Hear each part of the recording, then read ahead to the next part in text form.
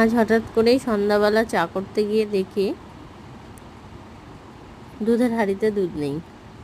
তো সকালবেলা যে দুধ দিয়ে যায়নি, ভুলেই গেছিলাম। তো দোকান থেকে একটা প্যাকেট এনে তারপর চা বানালাম, আর বাকিটা দেখো বাটিতে রেখে দিয়েছি। এদিকে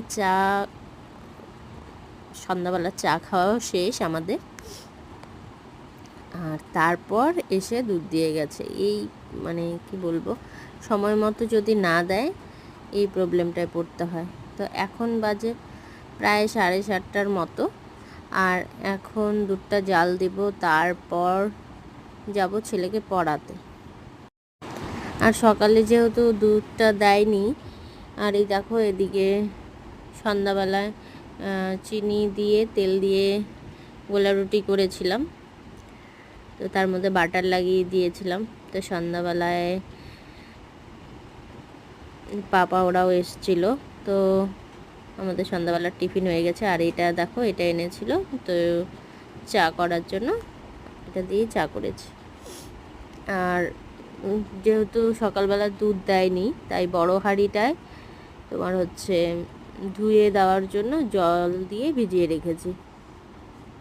আর এই দেখো ছোট্ট একটা ঢাকনা, এটা অনেক দিন ধরে ইউজ করি না। এটা আগে আমাদের যে হাঁড়ি ছিল, একটা ছোট্ট ভাতের হাঁড়ি, সেটা অনেক দিন ধরে ইউজ করি না যেহেতু, তাই ধুয়ে তারপর এই ঢাকনাটা দিলাম। আর এই ছোট্ট হাঁড়িতেই আজকে দুধটা জাল দিতে হচ্ছে। আর এই দুষ্টু ছেলেটাকে দেখো, কখন থেকে বলছি পড়াশোনা করতে, মানে খেলাই শেষ হয় না ওর। এত দেরি হয়ে গেছে যে টাইমলি একটু বসাবো। আর এখন দেখো এখানে লেখা দিয়েছি, তো এগুলো কমপ্লিট করবে এখন। যদিও আজকে রাতের রান্না নেই, তো তাই রান্না দুপুরের সব কিছুই আছে, তো তাই আজকে রান্না করতে হবে না। তাই ভাবলাম ছেলেটাকে একটু সময় দিয়ে পড়াশোনা করাই। তো এই দেখো কি সুন্দর করে লিখেছে। আর দেখো যখন একটু প্রশংসা করি তখন একদম খুব খুশি হয়ে যায়, আর রাগ দেখিয়ে কিছু বললে কোনো কথাই শোনে না। এই হচ্ছে আমার ছেলে।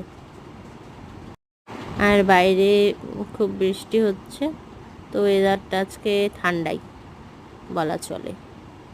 ভেবেছিলাম যেই ভয়েসটা দেওয়া ছিল সেটাই দিব, কিন্তু পাশের থেকে আওয়াজ আসছিল, তো তাই ভয়েসটা মিউট করতে হয়েছে। তো